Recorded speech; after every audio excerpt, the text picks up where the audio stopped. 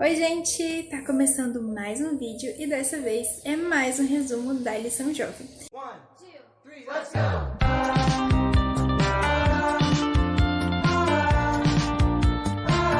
Já estamos na lição número 7 e o tema da lição dessa semana não foi diferente, falamos mais uma vez sobre o juízo.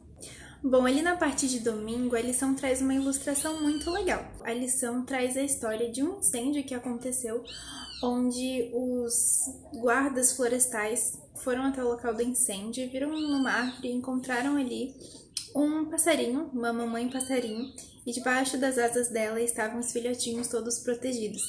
Assim que eles retiraram a mamãe passarinho, os filhinhos saíram correndo.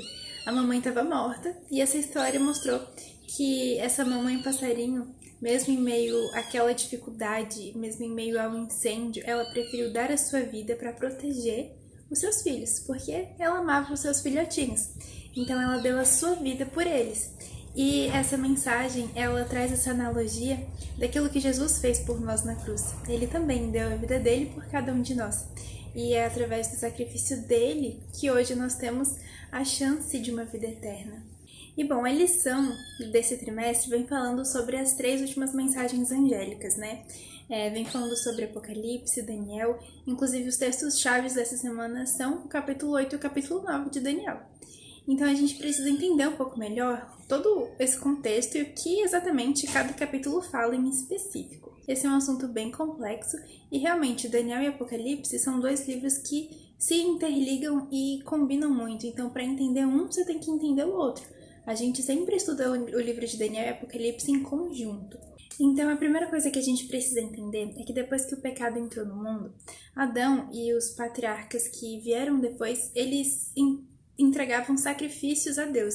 Então eles erguiam altares e ali sacrificavam um cordeiro que representava Jesus. E através desse sacrifício eles eram perdoados, né, pelos seus pecados.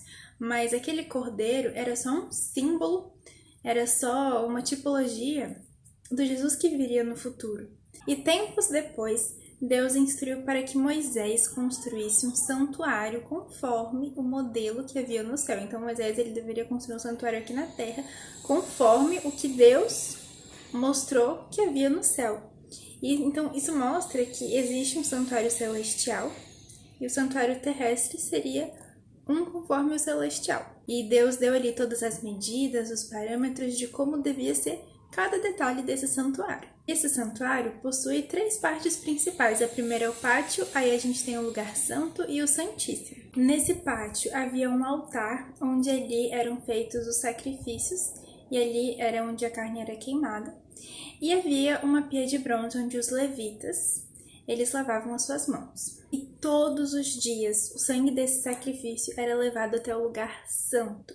E uma vez por ano, no dia da expiação, era levado para o lugar santíssimo. Então os sacerdotes só poderiam entrar no lugar santíssimo uma vez por ano, exatamente no dia da expiação, com esse propósito, com esse objetivo. Então todo esse processo do santuário, todo esse ritual, na verdade, foi ordenado por Deus e aprovado por ele. Mas guarda essa informação do santuário, de como funcionava mais ou menos. Essa foi uma explicação um pouco mais básica de como era o ritual do santuário, o ritual do sacrifício.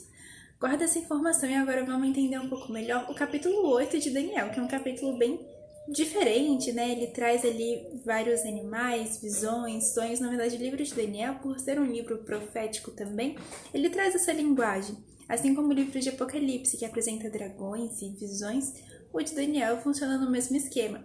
Por isso que a gente precisa analisar parte por parte, pesquisar na Bíblia o que exatamente significa aquilo, qual o significado que aquilo tem e o que Deus quer nos dizer através daquilo. Mas então ali Daniel ele vê um cordeiro com 2 chifres, que simbolizava Medo e Pérsia. Isso a lição já nos ensinou, né? Medo e Pérsia dominava ali a Mesopotâmia. E Daniel, além do carneiro, ele também vê um bode que simboliza o Império Grego.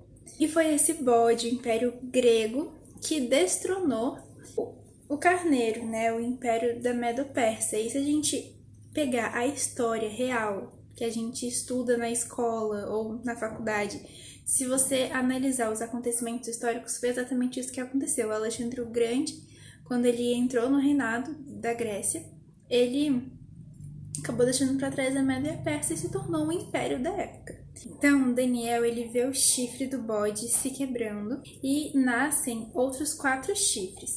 E se a gente analisar na história novamente, Alexandre o Grande, ele teve um reinado não muito longo, ele teve um reinado curto porque logo ele morreu de forma inesperada. E o seu reinado, ele foi dividido em 4 partes, em 4 porções, né, entre os seus generais ali. Mas aí a história continua. A Bíblia fala que de um desses chifres nasce um. E esse chifre, ele fazia coisas terríveis, né? Chegando a desafiar o príncipe do exército, o santuário, matando, destruindo os santos do Altíssimo. E então, estudando o capítulo 8 de Daniel em paralelo com Daniel 2 e 7, que são capítulos que andam em conjunto com o capítulo 8, e analisando também a história novamente, a história também prova isso, a gente entende que esse chifre que surgiu que fazia coisas terríveis seria Roma. Esse chifre pequeno, ele tem uma expansão territorial e política e também a sua questão religiosa, onde Roma afronta e ataca os santos do Altíssimo, né, os crentes fiéis, quando Roma também faz com que as pessoas não olhassem para Jesus, mas olhassem para os homens e acreditassem na intercessão dos homens. Então Roma também ataca esse processo tão lindo e santo que é a intercessão que Jesus faz. A partir do momento que Roma começa a dizer que a gente tem que pedir perdão para os seres humanos, que a gente pode se confessar para os seres humanos, quando na verdade somente Deus perdoa e somente Ele pode ouvir a confissão dos nossos pecados, através da oração, desse momento de intimidade e comunhão com Deus. Até que é perguntado algo no capítulo 13. Até quando vai durar a visão do sacrifício diário suprimido e da transgressão desolada? Até quando o santuário e o exército ficarão entregues para que sejam pisados os pés? Então o anjo responde: até 2.300 tardes e manhãs, depois o santuário será purificado. Então aqui a gente entra na questão da tão famosa e falada e difícil profecia das 2.300 tardes e manhãs. É uma profecia que, apesar de difícil em alguns aspectos, é uma profecia muito importante e fundamental para a nossa fé estar alicerçada onde está e para a gente entender o que aconteceu, o que está acontecendo e o que vai acontecer. Mas então tá bom, o que isso quer dizer? Onde essa profecia de 2.300 tardes e manhãs quer dizer? O que esse número significa? Onde esse número bate? Tudo isso a gente precisa entender. Então, ao falar das 2.300 tardes e manhãs, Daniel 8 não especifica exatamente quando essa data começa e nem exatamente aonde ela vai dar. Por isso que o capítulo 9 de Daniel ele vai responder essa questão pra gente. E ali no capítulo 9, no verso 22, o anjo Gabriel ele diz para Daniel que veio até ele para lhe dar inteligência e discernimento. Então, vamos começar tentando entender a primeira parte de Daniel 9, onde diz assim: 70 semanas estão determinadas para o seu povo, para o povo de Deus. Nas profecias bíblicas, a Bíblia ensina uma coisinha chamada princípio de ano, que é o seguinte: dentro das profecias, um dia equivale a um ano.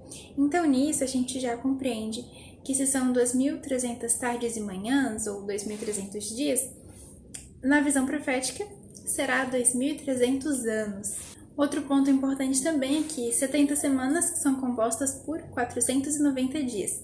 Se a gente entrar no princípio de ano, a gente então tem 490 anos. E aí você lembra que esses 490 anos foram determinados para o seu povo, para o povo de Deus. E esse foi basicamente o tempo de misericórdia que Deus estendeu para o seu povo, para que eles pudessem se arrepender há muito tempo atrás, lembra? E o anjo também vai ensinar para Daniel que esses 490 anos, eles são cortados dos 2.300 anos. Então, dessa forma, nos restam 1.810 anos. Esses 490 anos de misericórdia que foram estendidos para o povo judeu, eles se encerram com o apedrejamento de Estevão no ano 34. Depois de Cristo. Então, se a gente calcular 34 mais 1810, a gente chega a um ano, que é 1844. E segundo esse cálculo, a purificação do santuário deveria acontecer nesse ano, em 1844. E aí entra numa questão.